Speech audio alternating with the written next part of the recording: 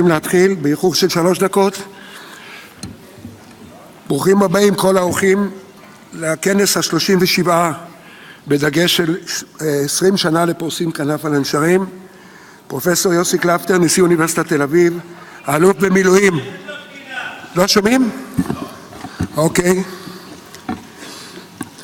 האלוף במילואים יפתח רונטל, יושב ראש חברת החשמל, איריסן, מנכ"לית החברה להגנת הטבע, שאול גולדשטיין, מנכ"ל רשות הטבע והגנים, השגריר הטיוואני שחלה אתמול ויבוא במקומו הקונסול הכללי של יפן, של טיוואן,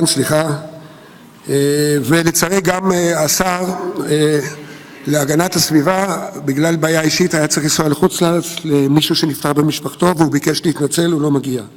יום העיון מאורגן על ידי מרכז לצפרות הישראלי.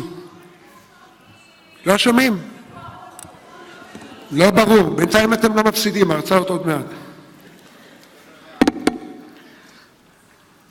יום העיון מאורגן על ידי מרכז לצפרות הישראלי, החברה להגנת הטבע, בשיתוף עם אוניבריסטת תל אביב, בחברה להגנת הטבע על ידי ידידי ועמיתי אלון, קרן הדוכיפת והמרכז לחקר נדידת הציפורים.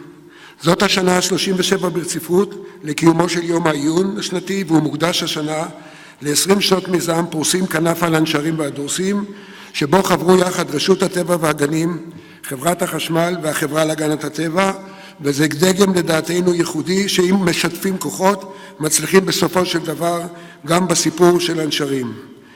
זאת ההזדמנות לומר כמה מילים לזכרו של נשיא המדינה התשיעי מר שמעון פרס, שהבטיח לבוא ליום העיון ולצערנו הוא נלקח לבית עולמו ב-28 לספטמבר.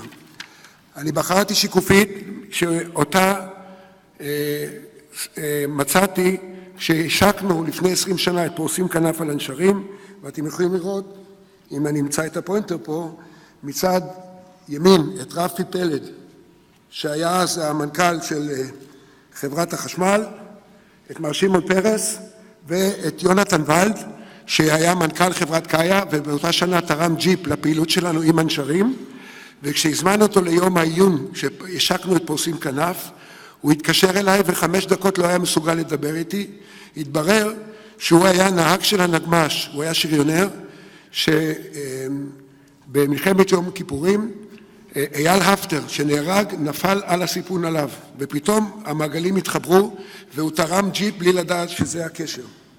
אז מר שמעון פרס רצה לבוא ולא הצליח. רק להזכיר ב3-4 נקודות קטנות, ב-1987 עם פרופסור היינריך מנדלסון שהקים את האוניברסיטה, ועזריה אלון שהבן שלו גלעד נמצא פה, עשינו כנס על עופות דורסים באילת, ואת הפוסטר הראשון נתנו למר פרס. יותר מאוחר עשינו כנס עם כל חילת האוויר באזור ב-99, כשעוד הטורקים באו והירדנים באו, ומר פרס הצטרף ואכל איתנו ארוחת ערב. בטקס של הציפור הלאומית השקנו את הטקס עם מר פרס, הפרויקט שאנחנו מובילים עם אוניברסיטת תל אביב והחברה של התנשמות, גם לשם הוא הגיע, ולפני שנה הוא זכה להשיק את מרוץ העגור החמישי, והשנה עשינו את המרוץ הזה לזכרו. אתם רואים גם התמונה הזאת נמצאת כאן. אז יהיה זכרו ברוך, ואני רוצה לפתוח את היום העיון בסרטון שעשה הצלם הטבע אייל ברטוב, שהצטרף לתחרות של אלופי הנדידה ב-2016 באילת, בחסות של חברת סייס, וזאת הזדמנות להראות שחברה מסחרית היא לא רק מקדמת את המוצרים, אלא היא גם תורמת לשמירת הטבע, זה המקום להראות לכם סרטון קצר על אלופי הנדידה. בסשן אחר הצהריים יונתן מירב יספר על הפרויקט המיוחד הזה.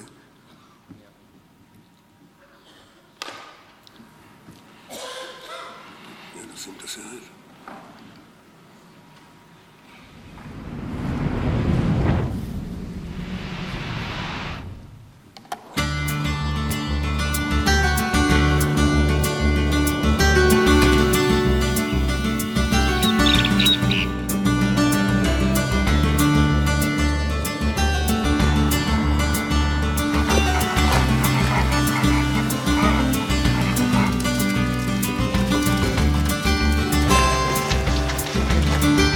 Twice a year, Israel's skies become an aerial highway.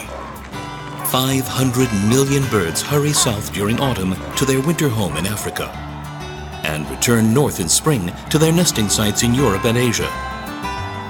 Eilat is a unique place for bird watchers and for birds. The only land bridge between the three continents, Europe, Asia and Africa, is right here. Hundreds of millions of birds of all kinds make their way through the continents along their routes and end up here in this very, very narrow passage towards Africa. A crucial place for all these birds because from here all the way to Africa they will have to cross the Saharan desert.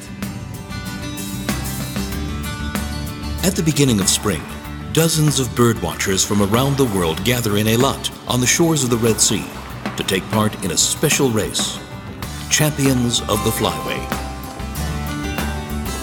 Their goal, spot and identify as many bird species as possible in Israel's Negev desert during 24 hours. Over 40 teams take part in the race.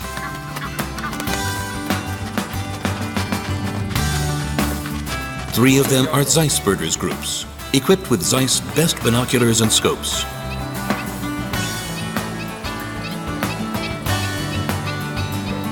Oh, two, another one. Two ospreys, excellent.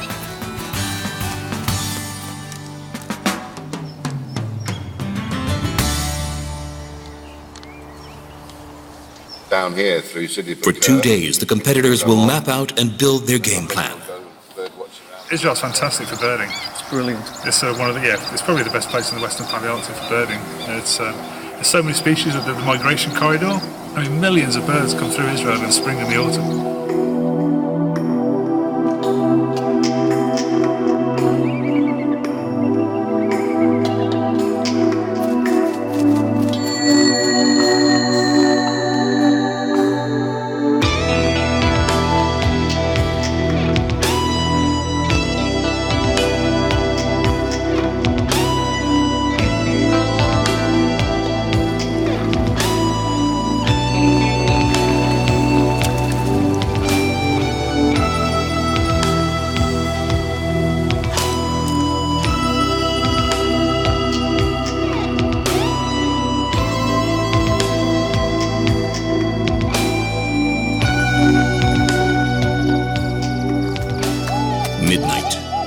The race is about to begin. 3, 2, 1, go champions! Let's go! Go, go, go!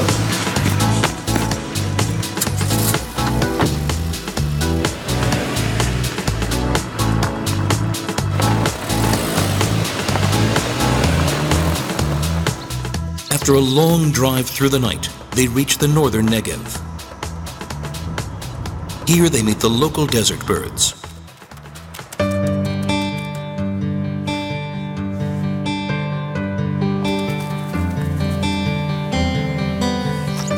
What's so exciting about Israel is you never know what you're going to see next. Round the corner can be anything. That's right. And that's what makes me so excited about birds and coming to lovely places like the deserts and to see the habitat and to learn about the birds in their habitat and their beautiful creatures. The competitors hurry on to a nearby desert spring. Birds that migrated all night land here in the early morning, exhausted after crossing the Sahara Desert, joining the local birds for a drink.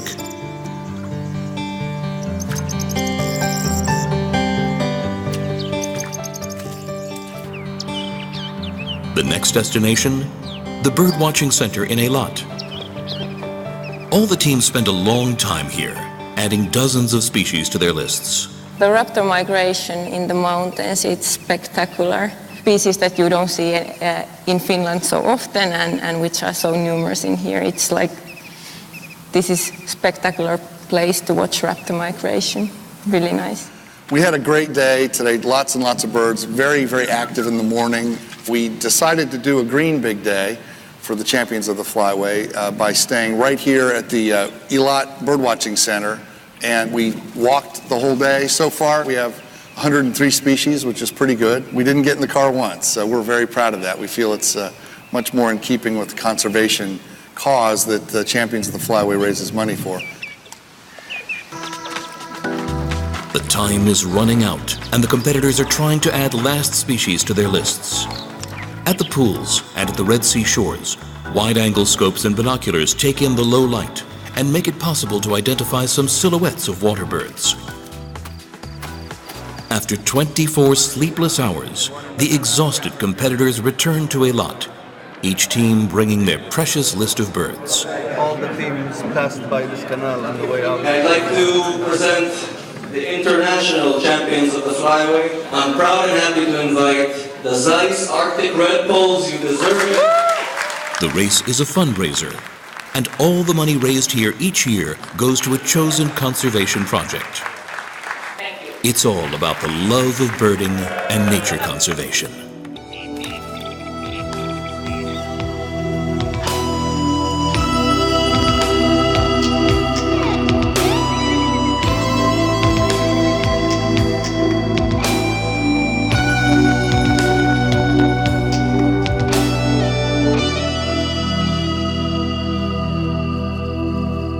להקת טיפסה מהכפר הצ'רקסי כפר כמה שבצפון, שינעימו לנו היום בריקוד מסורתי של תלמידי המתנ"ס בכפר הצ'רקסי כפר כמה, בריקוד שנקרא ריקוד הנשר, שמוקדש גם ליום העיון. תודה למנהל המתנ"ס מכפר כמה, מר מוניר ליבאי, לגברת רנדה חתוקיה, היא מנהלת בית הספר בתנעל, ומר רוסטם אפשייב, הכוריאוגרף ומנהל הלהקה. הזזנו לכן את השולחן, ואחר כך אנחנו חזמין את המכובדים חזרה לשולחן. אני מתנצל, חלק מהרכבות היום איחרו, אז יש פה עוד אנשים שתקועים ברכבות, אבל אנחנו נתחיל. אז להקת טיפסה, בבקשה.